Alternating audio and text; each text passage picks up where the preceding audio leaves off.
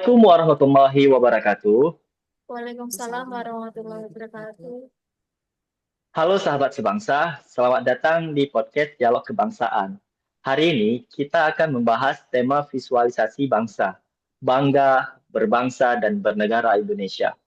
Bersama saya M. Hafid dan empat narasumber muda saya yang luar biasa. Saya Nuliski Amalia dari Mahkamah Syariah Al Sukun. Saya Ruth Eva Melisa dari Pengadilan Tata Usaha Negara Aceh. Saya Novi Anggraini dari Pengadilan Negeri Kalabahi. Saya Nabila Putri Aisytiawati dari Pengadilan Negeri Malinau. Oke, pada podcast kali ini kita akan ngobrol soal makna cinta tanah air dan bagaimana generasi muda bisa berkontribusi nyata untuk Indonesia. Dimulai dari Kak Nuriski dulu, menurut kamu gimana bentuk cinta tanah air yang relevan untuk anak muda sekarang? Kalau dulu cinta tanah air diwujudkan lewat perjuangan melawan penjajah. Sekarang bentuknya berbeda. Kita bisa menunjukkan cinta tanah air dengan menjaga persatuan, menghormati perbedaan, dan terus berkarya. Intinya jangan sampai terpecah belah oleh hal-hal sepele. Setuju sekali. Kalau dari Kak Ruth sendiri, bagaimana sih pandangan kamu terhadap hal itu? Kalau menurut saya, cinta tanah air juga berarti bangga menjadi Indonesia. Jangan sampai kita minder dengan bangsa lain. Kita punya budaya, kuliner, bahasa daerah, bahkan alam yang indah. Kalau bukan kita yang bangga, siapa lagi yang akan menghargai semua itu? Nah, kalau gitu, kita bahas tantangannya nih.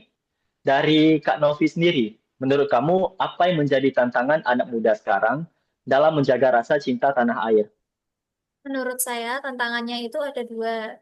Yang pertama, arus globalisasi, anak muda sering lebih suka budaya luar ketimbang budaya sendiri.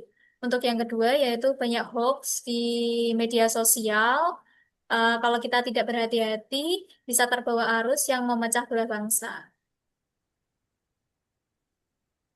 Nah, menarik nih. Kalau dari Kak Nabila, menurut kamu, apa yang menjadi tantangan terbesar anak-anak muda sekarang dalam menjaga rasa cinta tanah air? Menurut saya, tantangan terbesar yang ada di sekarang rasa individualisme. Banyak yang sibuk dengan dunia sendiri dan lupa gotong royong. Padahal gotong royong itu identitas bangsa kita. Kalau hilang, rasa kebangsaan juga bisa hilang. Kalau gitu, apa solusi dan peran nyata generasi muda? Kita mulai dari Kak Nuriski dulu ya. Kita kita bisa mulai dari hal-hal sederhana, menjaga lingkungan, disiplin, dan belajar sungguh-sungguh. Prestasi kecil sekalipun bisa memberi kebanggaan untuk Indonesia. Saya ingin menambahkan, selain itu, anak muda juga bisa melestarikan budaya lokal, misalnya mempromosikan tarian daerah, batik, atau makanan tradisional lewat sosial media. Dunia digital bisa membuat budaya Indonesia dikenal lebih luas. Selain itu, anak muda harus kritis dan melek informasi. Jangan mudah percaya hoax. Kalau cerdas bermedia sosial, kita bisa jadi agen penyebar hal positif. Itu salah satu bentuk bela negara di era digital.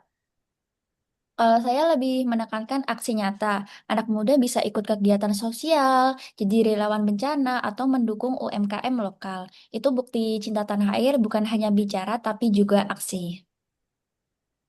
Wah, luar biasa ya. Jadi cinta tanah air bisa diwujudkan lewat banyak cara, seperti mulai dari karya, budaya, media sosial, dan aksi sosial. Sebelum kita tutup nih, coba masing-masing kasih pesan singkat untuk generasi muda Indonesia. Tunjukkan cinta tanah air lewat karya nyata, sekecil apapun itu.